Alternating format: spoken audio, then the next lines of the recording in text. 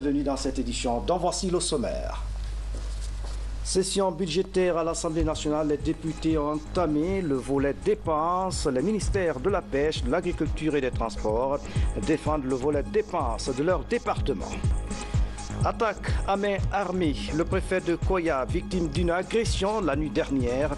Sa résidence a été saccagée. Colère et indignation, dossier à suivre. Au sommaire encore, le centre technique de Nongor, inauguré en 2013, n'est toujours pas fonctionnel. Les entraîneurs expriment leur inquiétude. Le département des sports se dit préoccupé.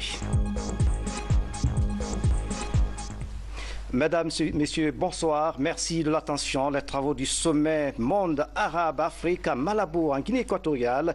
La rencontre a mobilisé plusieurs chefs d'État sous le thème « Ensemble pour le développement et la coopération économique ». Le président de la République, professeur Alpha Condé, a participé activement à ce sommet avant de regagner Conakry. Sanassi Keita, envoyé spécial. Mercredi 23 novembre 2016, nous sommes à Malabo, la capitale de la Guinée équatoriale. Chefs d'États africains, Altesses et rois du monde arabe se retrouvent ici pour prendre part aux travaux du 4e sommet Monde Arabe-Afrique, avec en toile de fond Ensemble pour le développement durable et la coopération économique.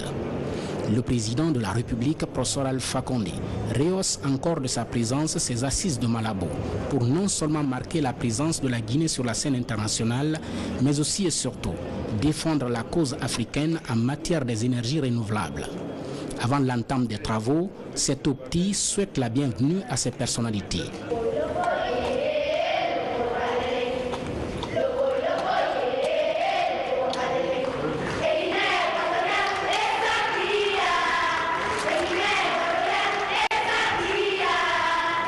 L'intérêt du monde arabe au continent africain reste déterminant aujourd'hui.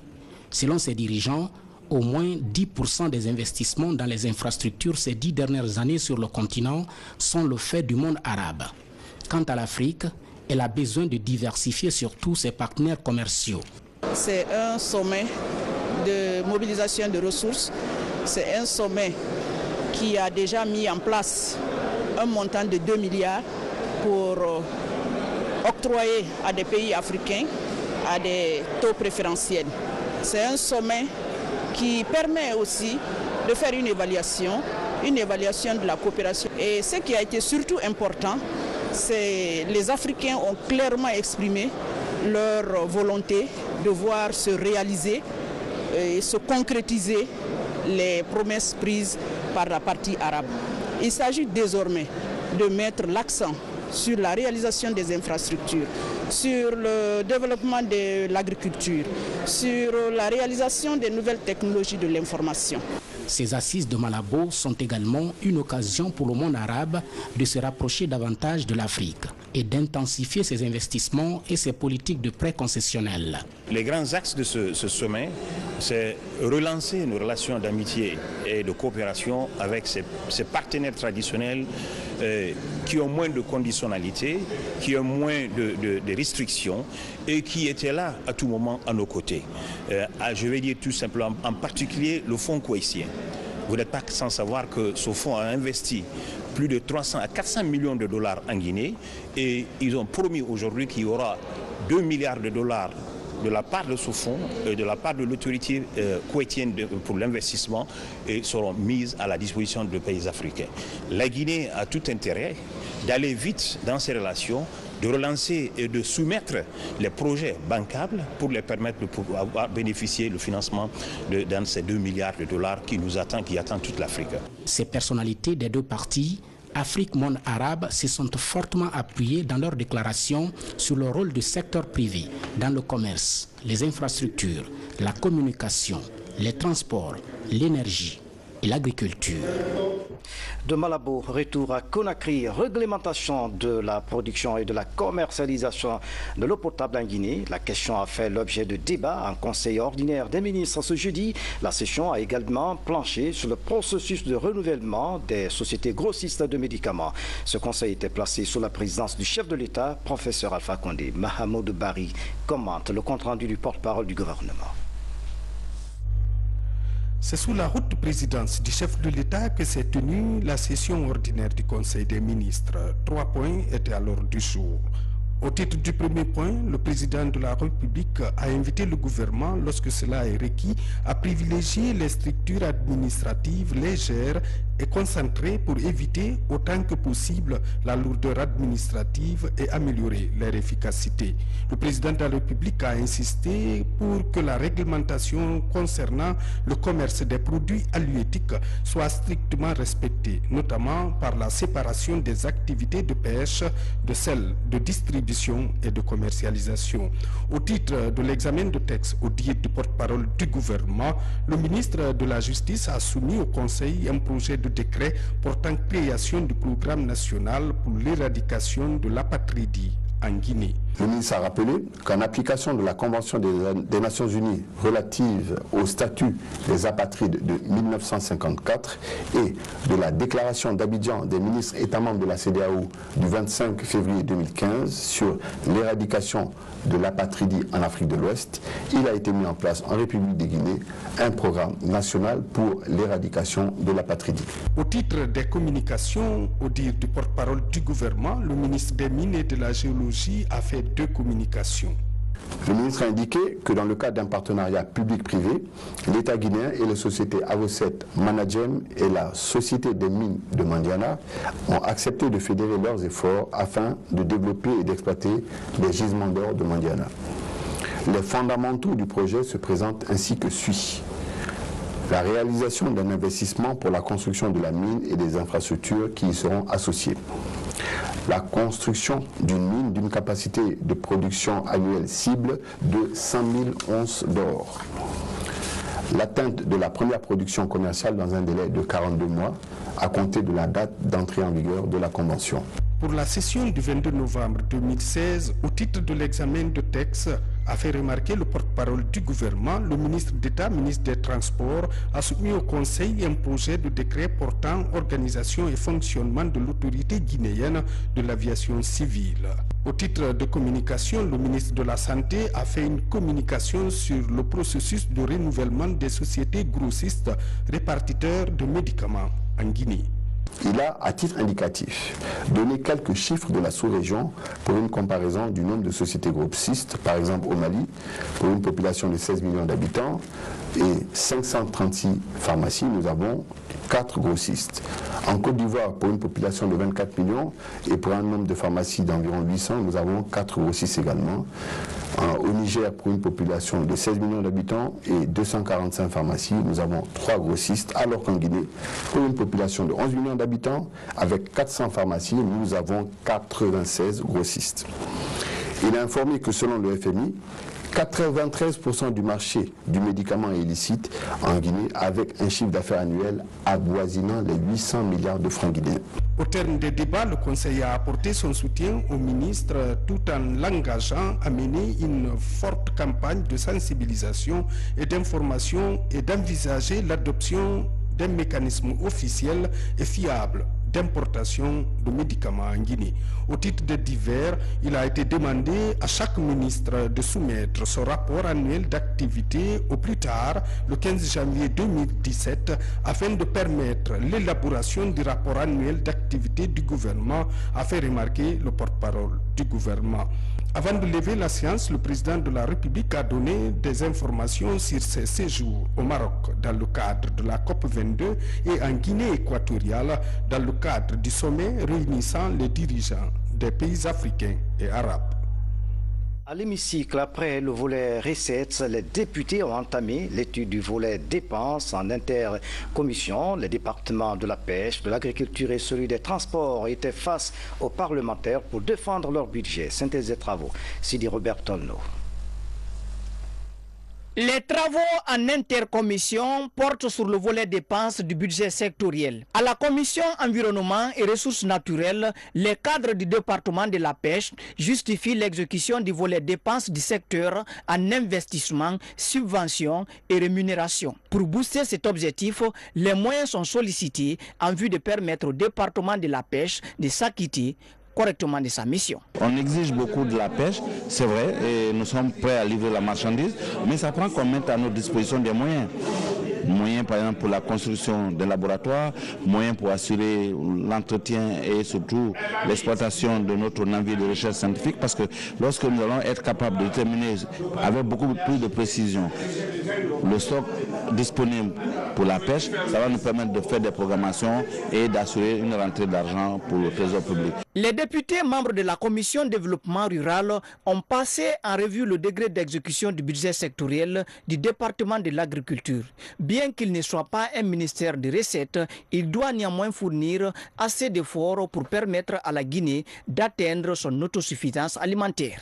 Nous devons essayer de qualifier au mieux les dépenses que nous devons faire pour avoir le maximum de résultats. Et nous demandons bien entendu au corps des députés de nous soutenir dans cet exercice-là qui est souvent très difficile et très incertain compte tenu des aléas qui peuvent survenir en cours d'année budgétaire. Nous pensons que ce ministère peut-être a besoin d'un peu plus de moyens pour pouvoir lui permettre en fait d'atteindre cet objectif de fin zéro dans le plus bref délai dans notre pays. Fort heureusement, il y a beaucoup d'efforts qui ont déjà été fournis dans ce cadre-là. À la commission aménagement du territoire et transport, il était question d'examen de l'exécution du budget 2016 avec les cadres du ministère des Transports. La situation actuelle du transport guinéen a été débattue avant d'évoquer le cas des dépenses attendues pour l'année 2017. Aujourd'hui, on s'est appesanti surtout sur le chemin de fer, le train Conakry Express, que nous souhaitons voir très rapidement en œuvre parce que c'est un train qui rendait beaucoup de services et les populations souhaitent que ce train soit opérationnel dans les meilleurs délais. Aussi, nous avons parlé de la prochaine société de transport urbain et même interurbain avec la partie marocaine. Cette société normalement devrait rentrer en fonction en mars 2017 selon les prévisions et ça permettra de compléter un peu l'action de ce train. Plusieurs autres départements sont en conclave sur le volet dépenses dans les travaux en intercommission. L'exercice devrait permettre à la Guinée d'obtenir à temps son panier budgétaire exercice 2017. Dans l'actualité encore, le préfet de Koya a été attaqué dans la nuit d'hier à aujourd'hui par un groupe de bandits armés. Sa résidence a été saccagée, des objets importants emportés par des malfrats. Pour l'instant, le préfet est sous les soins intensifs à la clinique Pasteur à Kaloum. Les enquêtes sont ouvertes. Moussa Bangoura fait le point. Koya s'est réveillé ce matin sous le choc. Une bande armée de plus de 15 bandits a fait irruption chez le préfet Ibrahima Barbouza Souma. L'opération s'est déroulée entre 2h et 3h du matin. Dans la chambre privée du préfet, plusieurs objets de valeur sont endommagés s'ils ne sont pas emportés. Le préfet ligoté.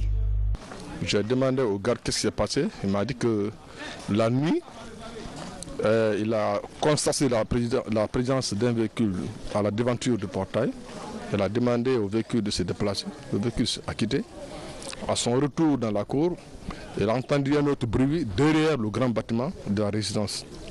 Et lorsqu'il est parti pour voir ce qui se passe là-bas, il n'a rien constaté, il n'a rien vu. À son retour maintenant, il a trouvé la présence des bandits. Les bandits au nombre plus d'une quinzaine, c'est ce qu'il a dit, tous habillés avec kangourou et armés. Donc ils l'ont pris, ils l'ont attaché. Ils ont demandé où se trouve monsieur le préfet. Il dit, ah, monsieur le préfet, il n'est pas là. Donc ils ont commencé à le torturer, à le frapper, d'après ce qu'il a expliqué. C'est ainsi qu'ils se sont dirigés vers la case résidentielle de monsieur le préfet. Ils ont défoncé la porte, parce que là-bas, à la rentrée principale, il y a deux portes. Il y a une porte en antivol et une porte vitrée à l'intérieur. Ils ont défoncé, ils sont rentrés dans le grand salon, parce que c'est un bâtiment qui a deux chambres. Chaque chambre a une toilette. Il y a un petit salon qui est entre la chambre de monsieur le préfet et le grand salon. Donc au grand salon, il y a un écran plat là-bas, numéro 43. Ils ont pris ça, ils sont rentrés dans le petit salon. Ils ont offensé la chambre de monsieur le préfet. C'est là où ils l'ont trouvé. Ils ont commencé à lui faire du mal. Ils l'ont vraiment tabassé, ils l'ont blessé. Au centre-ville, tout comme dans l'administration publique, c'est la désolation. Nous sommes très touchés, mais nous nous remettons à Dieu pour trouver la solution à ce problème. Aujourd'hui, ce qui se passe à Koya, c'est vraiment un acte inédit. Aller toucher au symbole même de la République, ça aujourd'hui, je n'ai pas les mots qu'il faut pour pouvoir répondre correctement à telle situation. Les enquêtes sont ouvertes. Depuis ce matin, une équipe mixte composée de la police et de la gendarmerie est déployée sur le terrain. Ces derniers temps, Koya a la réputation d'abriter les plus grands bandits du littoral. Depuis 2 semaines, 12 bandits sont arrêtés. Le préfet Ibrahima Barbouza Souma a été donc admis à l'hôpital. Le chef de l'État, professeur Alpha Condé, a ordonné son évacuation à Dakar pour des soins. Le ministre de l'administration du territoire et de la décentralisation se dit choqué par cet acte inhumain. Younous Atawel Kamara, reportage. La clinique Pasteur à Kaloum. C'est ici que le préfet de Koya est admis et depuis ce matin. Ibrahima Barbouza Souma est placé sous soins intensifs. Le préfet Barbouza a été reçu à la clinique Pasteur à 4h30 du matin en provenance de Koya. Il s'est présenté en état de choc et avec des traumatismes multiples. Les radios ont été faites dans l'urgence et nous avons constaté des fractures des 2 os, des 2 avant-bras, plus une fracture du crâne avec hémorragie interne. Cette fracture du crâne a été mise en évidence par un scanner qui a été fait à la Caisse nationale de sécurité sociale. En outre, on a constaté aussi une fracture de la mâchoire inférieure, plus un traumatisme avec hémorragie au niveau de l'œil droit, ainsi que des plaies multiples qui ont été suturées du visage et de la lèvre inférieure. Les autorités annoncent avoir pris des mesures pour retrouver les agresseurs du préfet. Très tôt ce matin, j'ai saisi le haut commandement de la gendarmerie nationale d'une plainte contre X pour tentative d'assassinat d'une autorité de l'État guinéen. C'est un sujet qui a fortement marqué le président de la République, qui, à peine rentré d'une visite d'État en Guinée équatoriale ce matin, n'a pas eu le temps de déposer ses valises. Il s'est rendu au chevet du malade à la clinique Pasteur. Et le chef de l'État a pris immédiatement toutes les dispositions pour que la vie de notre collègue puisse être sauvée. Et donc, dès 18h cet après-midi, l'avion qui va conduire, un avion avec une assistance, une forte assistance médicale donc, qui va déposer notre frère là où il doit être traité, cet avion-là va décoller de l'aéroport Gbessi à Conakry. Cette agression sur la personne de la première autorité publique de Koya est la manifestation de la montée de l'insécurité dans cette préfecture à la porte de la capitale. C'est un dossier à suivre. Les officiers gendarmes poursuivent leur prise de contact avec les institutions de la République. Ce déplacement devrait leur permettre de mieux connaître leur environnement de travail. Les 47 officiers gendarmes étaient ce jeudi à la HAC, haute autorité de la communication. Bernard Tonguino. C'est une rencontre inhabituelle. Les officiers gendarmes dans les locaux de la haute autorité de la communication. Ils viennent s'informer sur le fonctionnement de l'institution et l'exercice de la liberté est appelé à la mairie territoriale. Madame la Présidente, notre présence aujourd'hui dans vos locaux est preuve de notre volonté d'approfondir nos connaissances auprès de votre haute autorité dans le cadre du fonctionnement, attribution et la mission de la haute autorité de la communication. Cet échange d'idées permettrait à coup sûr à ces officiers d'avoir de nouvelles connaissances sur votre institution. Chers officiers, cette visite dont vous nous faites l'honneur ce matin revêt à nos yeux tout un symbole. Elle traduit déjà votre attachement ainsi que celui du haut commandement de la gendarmerie à la liberté de la presse et au droit d'accès du citoyen à l'information dont la haute autorité de la communication est garante au nom de la loi. La rencontre est ponctuée par des questions sur la réglementation du secteur des médias, la mission de la HAC, les droits et devoirs des journalistes, les délits de presse. Tout est expliqué pour édifier ces hommes en uniforme. Nous avons compris ce que c'est que la HAC, son rôle de régulateur avec la presse, et ensuite le rapport entre la HAC et la gendarmerie. Le fait d'abord de collaborer avec la presse, c'est une bonne chose et ça facilite aussi certains travaux sur le terrain, surtout qu'on est tous ensemble. Cet échange d'informations devrait favoriser une bonne collaboration entre gendarmes et journalistes au cours de leurs nombreuses rencontres sur le terrain. Un objectif du programme de réforme du secteur de la défense et de sécurité. Dans le même registre, les commandants d'unités de la gendarmerie sont en formation à Symphonia. Ils améliorent leurs connaissances sur le fonctionnement des institutions républicaines. Ces hommes en uniforme ont eu des entretiens avec les membres du Conseil économique et social. Le reportage de Yaya Silla. Sur ce plateau, donc, nous recevons Maître Yari Yansane. Vous le savez certainement, le 28e congrès du notariat africain se tiendra à Conakry du 30 novembre au 2 décembre 2016. Plus d'une centaine de délégués prendront part à cette rencontre continentale sous le thème partenariat institutionnel. Sur ce plateau, donc, nous recevons la présidente de la Chambre nationale des notaires de Guinée, Maître Yari Yansane. Bonsoir. Bonsoir, M. Souma. Merci d'avoir accepté notre invitation. Première question, quel est le rôle du notaire? Apparemment, le métier n'est pas bien connu. C'est vrai que le métier n'est pas bien connu. Pour parler rapidement, je dirais que le notaire a pour fonction de conseiller les parties, d'authentifier les actes de telle sorte que leur volonté soit manifestée en termes juridiques et qu'ils soient le plus efficacement possible proches de ce qu'ils souhaitent faire. Donc, le notaire est un officier public. Il est chargé d'établir les actes entre les parties pour leur assurer la sécurité juridique. L'acte du notaire a deux fonctions, deux attributs essentiels. La force probante, c'est-à-dire qu'il donne une valeur, la preuve qu'il donne est supérieure à la preuve d'un acte entre particuliers, et la force exécutoire, c'est-à-dire que l'acte notarié a la force d'une décision rendue par un tribunal. D'accord. Conakry va abriter donc le 28e congrès du notariat africain. Est-ce qu'on peut connaître le niveau des préparatifs aujourd'hui? Alors, permettez-moi un peu de faire l'historique de ce congrès. Ce 28e congrès, c'est le 28e congrès des notaires d'Afrique, comme vous l'avez dit, à l'entame.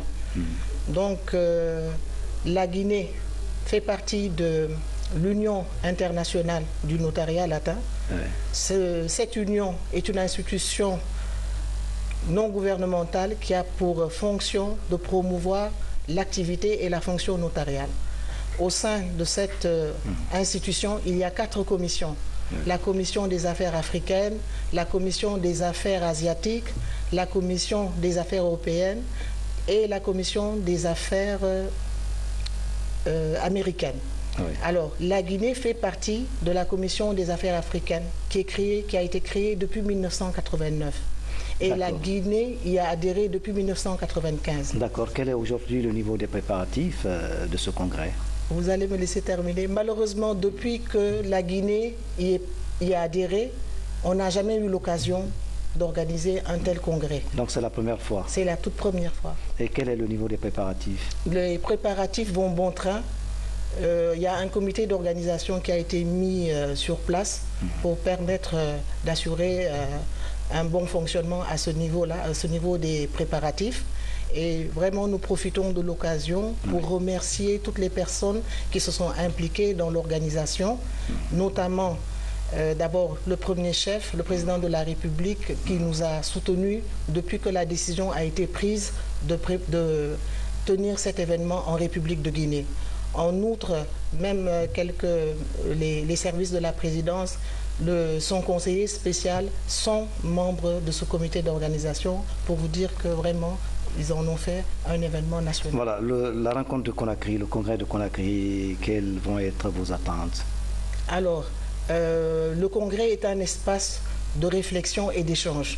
Donc, comme vous l'avez dit tout à l'heure, il y a un thème qui va être développé et à l'issue des travaux, des recommandations, des propositions vont être prises à l'intention des autorités membres de la CAF. Je signale que ces 19 États membres de la CAF, 19 représentants, 19 pays qui sont membres de la CAF, et ces 19 pays vont envoyer des délégations. Donc, ces congrès nous permettent de faire évoluer notre métier, de prendre du recul, de faire de telle sorte qu'il y ait une amélioration au niveau de notre métier. Maître Yari Yansani, présidente de la Chambre nationale des notaires de Guinée, merci d'avoir répondu à nos questions. C'est moi qui vous remercie. La préservation et la sécurisation des réserves foncières de l'État figurent au centre des préoccupations du ministère de la Ville et de l'Aménagement du Territoire. Pour atteindre ce pari, le chef de l'État, professeur Alpha Condé, vient d'offrir 40 motos aux agents de terrain. Il s'agit de renforcer le suivi et le contrôle des chantiers. Saint-Martin. Au nombre de 40, ces motos sont destinées aux agents des services déconcentrés du ministère de la Ville et de l'Aménagement du Territoire. C'est un appui du président de la République. Il vise à renforcer le travail d'identification et de préservation des réserves foncières de l'État.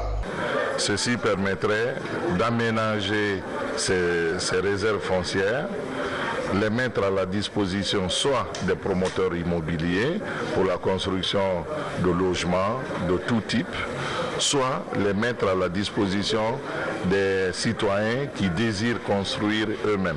En recevant ces motos, les agents contrôleurs du secteur de l'habitat se disent motivés dans leur mission de lutte contre les occupations illégales des domaines de l'État. Avec ces motos, ils pourront désormais accéder aux sites les plus enclavés. Quand l'habitat va, tout va bien. Sinon, vous avez remarqué cette année, il y a eu combien d'inondations? C'est parce que les aménagements ne sont pas faits comme ça se doit et nous ne sommes pas généralement présents quand les gens construisent, ils ne demandent pas les permis et quand vous allez vous tenter de les orienter, vous avez des difficultés. Des fois même, on ne peut pas accéder à certains lieux. Il y en a qui construisent même dans des vallées. Mais avec ces motos, c'est sûr qu'on pourra jouer un peu le rôle. Ce don du chef de l'État est une réponse à la requête du ministère de la Ville et de l'Aménagement du Territoire, un département encore confronté au manque d'équipement pour l'accomplissement de sa mission. Les ONG de la place s'activent dans la défense des droits de l'homme et des personnes vulnérables. Les ambassades de France et d'Allemagne encouragent leurs actions. Ils les ont offert à cet effet 12 000 €. La remise a eu lieu en présence des membres du gouvernement, des députés et des acteurs des droits de l'homme. Valérie Manet, reportage. 2 prix pour 2 organismes de défense des droits de l'homme. C'est une action des ambassades de la France et de l'Allemagne en Guinée. Elle vise à encourager les défenseurs des droits humains à jouer pleinement leur rôle en faveur des personnes les plus vulnérables, notamment les femmes et les enfants. La reconnaissance ne fait jamais de mal, mais on va toujours continuer à travailler encore plus, surtout vu ce qui se passe sur le terrain, les violences, les différentes violences sur les enfants. Donc il faut que nous doublons d'efforts pour pouvoir aider les enfants. Ce prix est pour nous une façon de nous relancer. Ce n'est pas le moment d'aller dormir sur les lauriers, c'est une façon de nous responsabiliser davantage, une façon de faire connaître les actions de l'ONG davantage. Chaque lauréat reçoit ainsi 12 000 € pour le renforcement des capacités de travail. Sur une vingtaine d'associations, seulement les 2 sont primés. Une sélection basée sur l'efficacité des postulants dans leurs différentes actions sur le terrain. On a commencé avec ces prix décernés chaque 2 ans. En 2014 pour l'engagement pour les droits de femmes et cette année pour l'engagement pour des ONG pour les droits de l'enfant. Cette organisation a pour but de soutenir de telles initiatives. Une question qui retient l'attention du gouvernement guinéen. Je félicite les 2 ambassades, c'est-à-dire l'ambassade de France et l'ambassade de l'Allemagne qui ont organisé ce prix. et surtout les deux associations, les deux ONG guinéennes qui ont eu ce prix. Ce prix franco-allemand pour les droits de l'homme est initié en 2014 en Guinée. Il justifie des prix d'encouragement donc pour les ONG des droits de l'homme. La Guinée célèbre demain, vendredi, la journée internationale de lutte contre les violences faites aux femmes. La démarche vise à attirer l'attention des décideurs sur la situation des femmes. Nous vous proposons un extrait de la déclaration du ministre de l'Action sociale, Madame Sanaba Kaba, au micro de Mohamed de Camara. Le constat en Guinée est que, malgré de nombreux acquis en termes de politique et de législation protégeant les droits humains des femmes, celles-ci sont de plus en plus soumises à la primauté de la culture, à la traite et à l'exploitation, sont battues, mariées de force, répudiées ou excisées avec une prévalence de 97%. Elles continuent d'être privées le plus souvent de leurs droits élémentaires, l'éducation, la santé, le droit à l'expression, etc. Une enquête nationale menée en République de Guinée en 2009 indique que 50% des femmes interviewées ont rapporté avoir été victimes de violences sexuelles et 80% d'une forme de violence physique ou psychologique. Et puis, ce communiqué qui vient de nous parvenir à l'instant, le président de l'Assemblée nationale porte à la connaissance des honorables députés et des membres du gouvernement que les travaux de la deuxième session ordinaire, exercice 2016, se poursuivront conformément au chronogramme en vigueur. Il rappelle aux membres du gouvernement que la période du 24 novembre 2016 au lundi 5 décembre 2016 est consacrée à leur passage en plénière conformément au calendrier établi. À cet effet, dans le chronogramme précité déclinant lors de leur passage. Le bureau de l'Assemblée nationale s'est compté sur la bonne compréhension et la collaboration de tous, qu'on a écrit le 24 novembre 2016, le secrétaire général, Dr Mohamed Beretti. Le centre technique de Ndongo œuvre pour la formation des entraîneurs nationaux mis en service depuis 2013. Ce centre n'est toujours pas fonctionnel. C'est un constat de Abdul Aziz Baldi. Le centre technique de Ndongo se meurt. Destiné à la formation et à la mise à niveau des entraînements de football, ce centre n'a jamais pu jouer son rôle depuis son inauguration en 2013. Porte fermée, bâtiment abandonné aux mauvaises herbes, le centre semble perdu. Ici, vraiment, moi je ne comprends rien parce que depuis que ce centre a été inauguré, je pense bien qu'il n'y a rien comme équipement, il n'y a rien dedans, que ce soit meuble ou bien rien.